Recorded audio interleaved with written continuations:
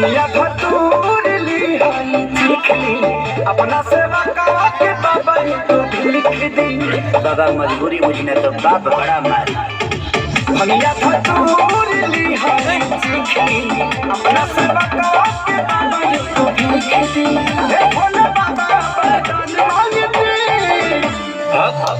हम तुम्हारी तपस्या से प्रसन्न हैं। बताओ तुम्हें क्या चाहिए? 3 चीज। एको गाड़ी नोट छापे के मशीन। एको गाड़ी नोट छापे के मशीन। ओम नमः पार्वती हे गौरा मैया तोहार भरतनि पड़ेला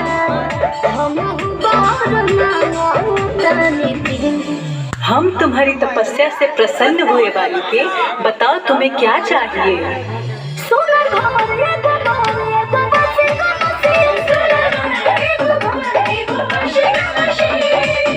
बालिके, ये वॉशिंग मशीन क्या होता है?